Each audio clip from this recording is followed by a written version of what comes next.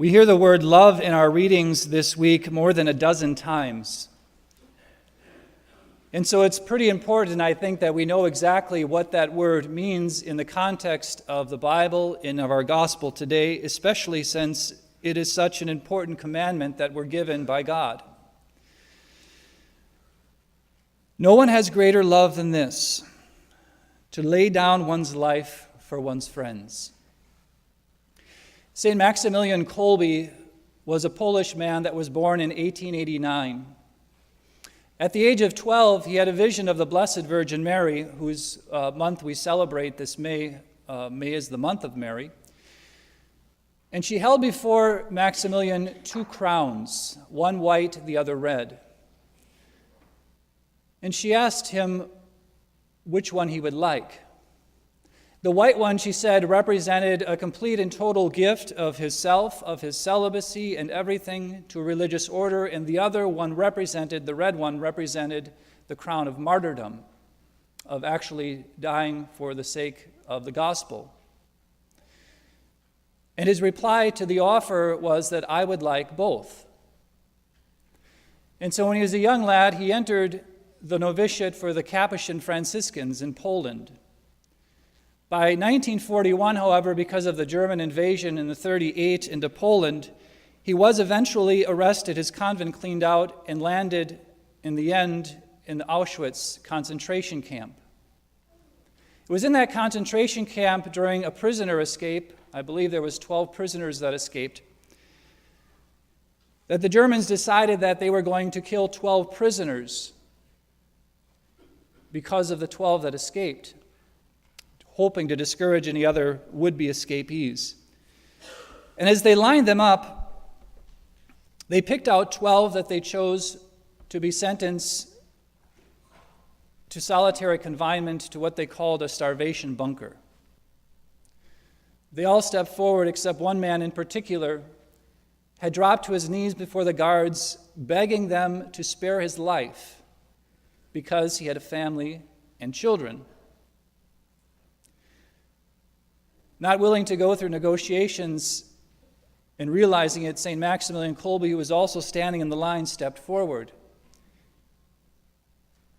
and said, I will take his place. When the guards heard this, they asked Maximilian Kolbe, and who are you? And he simply replied, I am a Catholic priest. The 12 were put into the starvation bunker, but after 2 weeks, all of them had died without food or water, but Maximilian Kolbe survived. Finally, after realizing that this was going to take too long, they decided to give him a lethal injection. He is the patron saint of life, Maximilian Kolbe is.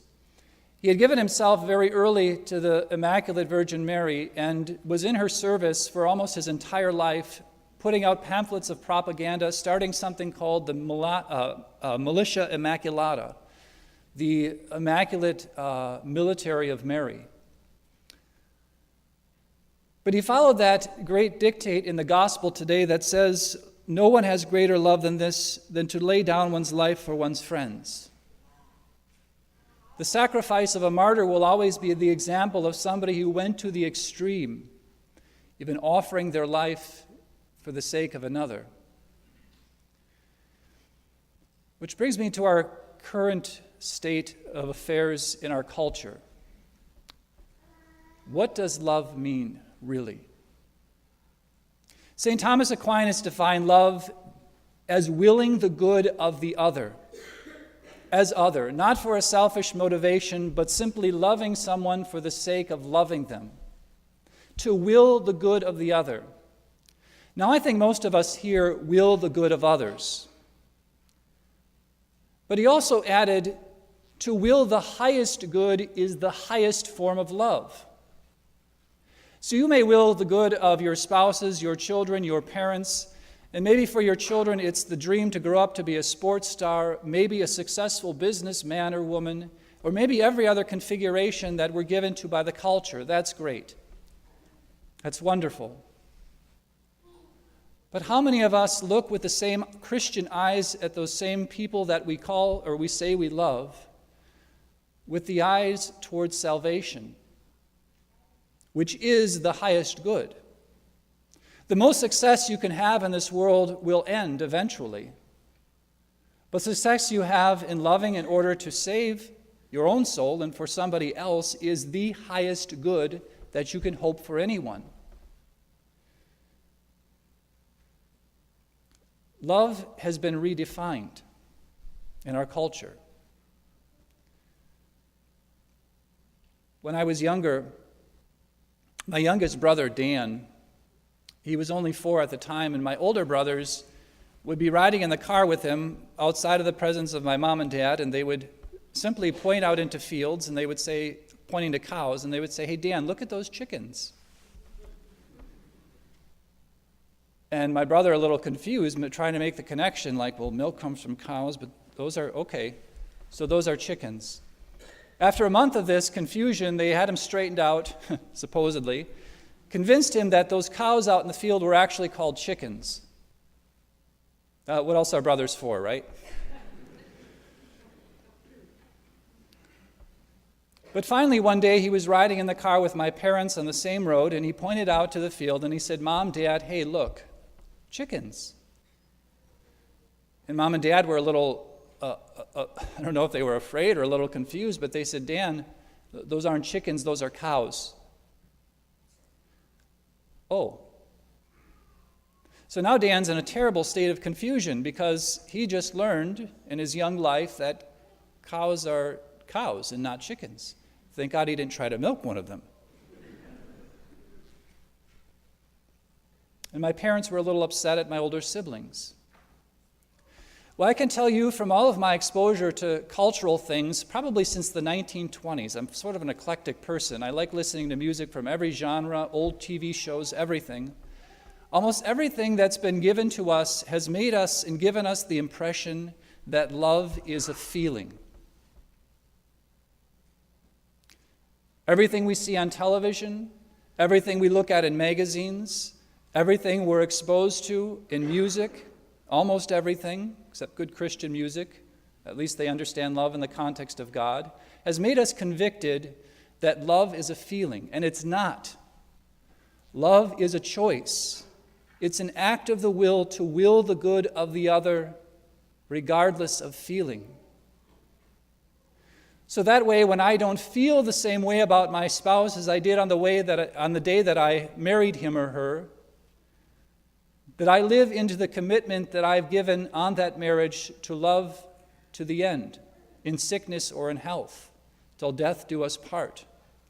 When I made those promises for my child in baptism, that I would do everything in my power to raise them in the faith and keep them on the way they should go, that I have indeed decided to do that, and I have not gotten lost in the promises of success in anything else.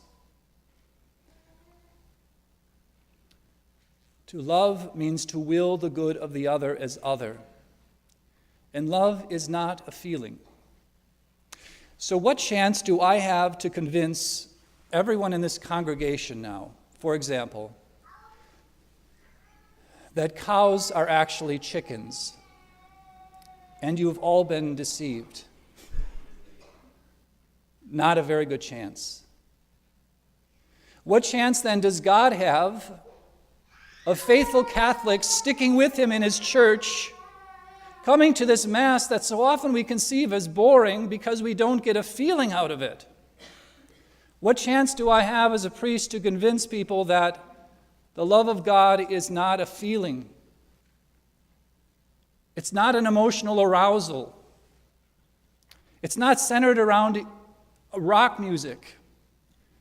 It's not centered around what I'm going to be happy about or what I'm not going to be happy about. It's centered around the greatest example of no one has greater love than this, than to lay down one's life for one's friends on the cross. And every time we gather as Catholics in this church or at any church, we're not celebrating ourselves, our own ability to give ourselves a rise, a feeling, or an emotion. That often comes with it, I'm not saying that. But we come to celebrate the sacrifice of Jesus on Calvary, represented again and again on the altar. and given to us. Why?